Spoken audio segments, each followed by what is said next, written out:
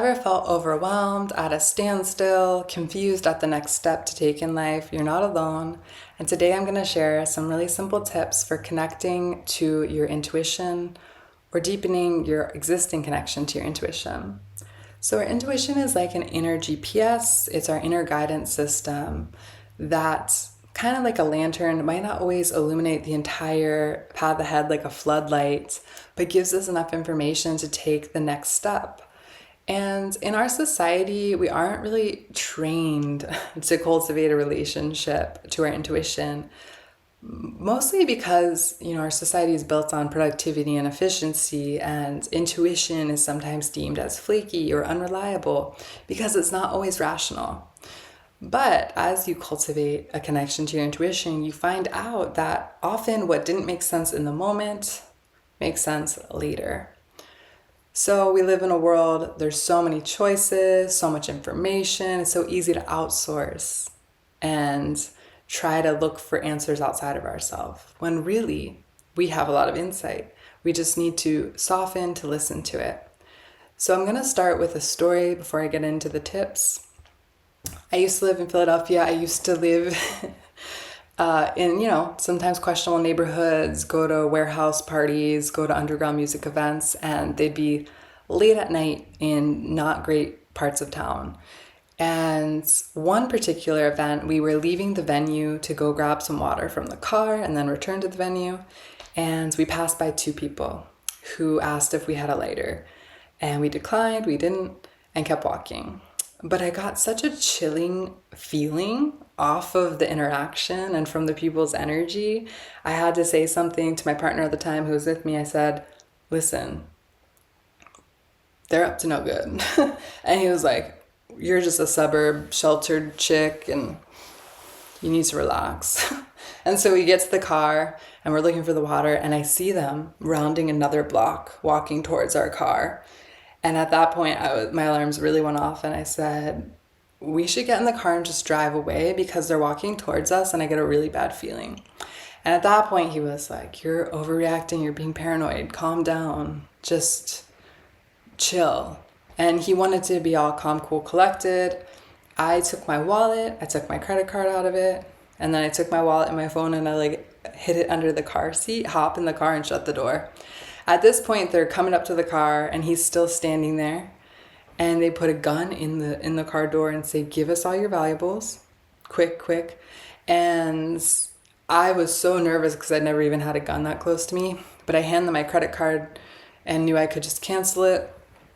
And he unfortunately lost a bunch of music gear and some cash that he had on him. But the moral of the story was, if we had heeded that sensation I had in my body, we could have really avoided the entire predicament. And it brings me to my first point, is that sometimes fear and intuition are confused. And if you have a history of trauma, if you don't know your yes from your no, it can be confusing. Or, if you are projecting a past trauma onto your current situation, it can be confusing to know if something is merely fear versus it's your intuitive knowing. And some people say, and I think there's some truth to this, that intuition will get stronger over time, whereas fear will fade. So to go back to the story, when we encountered the people again, if I had the feeling like, oh, I guess they are just normal people and I was having a moment, then yeah, it might have proven it was fear. But because when we saw them again, I got even stronger, more convicted in get away, they're dangerous, it kind of proved that it was the intuition talking. And so, like going to the gym and working out a muscle, the more you consciously cultivate a relationship to your intuition, the clearer it will get that it's reliable and it's something you can trust. So the next tip I have is to pay attention in your mundane life choices. Yes or no. Do I want to eat lunch at the office? Do I want to leave the office for lunch? Do I want to take the long way home or take the highway? Pay attention to what your yes and no feels like in your body And pay attention to the hindsight hits of your yes and no throughout the day. So if you took the highway and then there ended up being a lot of traffic, but your initial feeling was like take the back way, but you overrode it, then you'll start to trust that first feeling you had. And so often we are using our intuition in everyday situations, but we're not giving it credit or really taking the time to acknowledge that we're using it.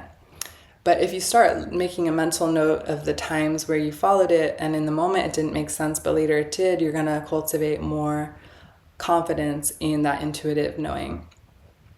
The next tip is when you wake up in the morning, take time to see what the first thought is when you wake up. So as we emerge from sleeping, we're exiting theta brainwave state, going into beta brainwave state, and eventually going into alpha, which is that like problem solving and task completion. And if we, when we first wake up, go right to a phone, we're immediately triggering alpha because we start answering a text, we start answering emails, we're looking at the time, we're turning an alarm off.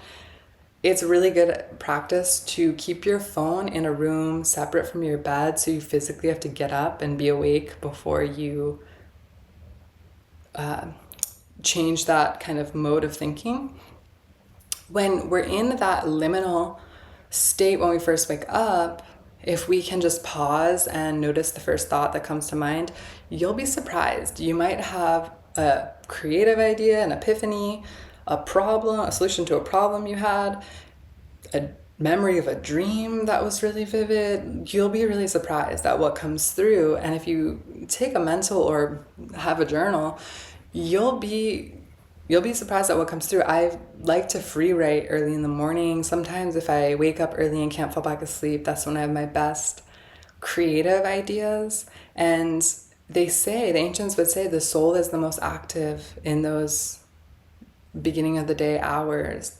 And so often we're trained to just go right into alpha, right into brushing our teeth, right into, our to-dos for the day, rather than savoring that first few twilight moments of consciousness.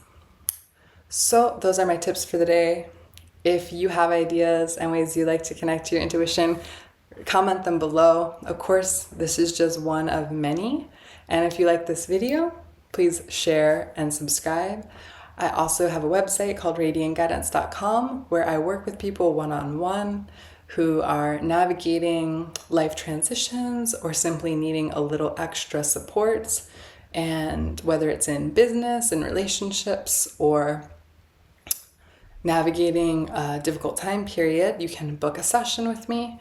And I like to say, I don't actually give people answers or a cheat sheet. I'm merely helping you access the information you already know and providing a validation of the things you likely already know but might have blocked out along the way.